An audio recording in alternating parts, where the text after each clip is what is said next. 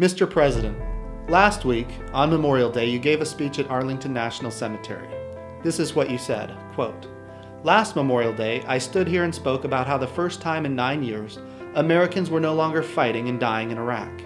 You also said that our troops were coming home from Afghanistan and that fewer Americans are making the ultimate sacrifice, and that's progress for which we are profoundly grateful. Sir, you also said that, quote, this time next year, we will mark the final Memorial Day of our war in Afghanistan. Sir, consistently absent in your remarks are any mention of what good we do in the U.S. military.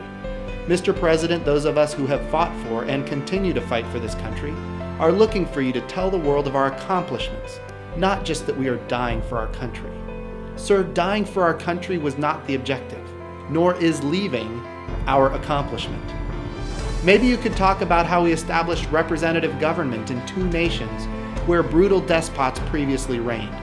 Maybe you could talk about how we helped realize freedom of speech, freedom of press, and protections for political opposition and religious minorities in areas where these institutions never existed before. Maybe you could share with the American people and the world that the Iraqi and Afghan governments have become allies in the war on terror. While these achievements might not have been, quote, worth it in your view, they are still achievements of which the friends and families of our honored dead can be proud, sir, especially on Memorial Day.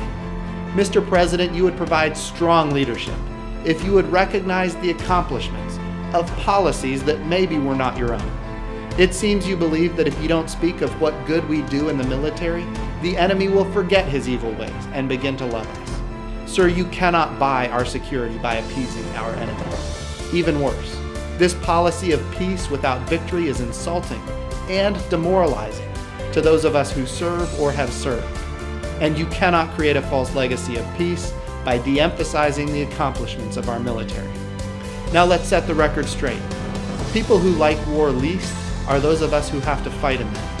Sir, nobody is asking for war, but a leader would provide an honest assessment of what good our military has done, especially when every lesson of history tells us that your policy of peace through appeasement places our nation at greater risk because our allies, old and new, cannot trust us, and our enemies do not respect us. Mr. President, please acknowledge what good our military does. Do it for our troops, for their families, and for our nation.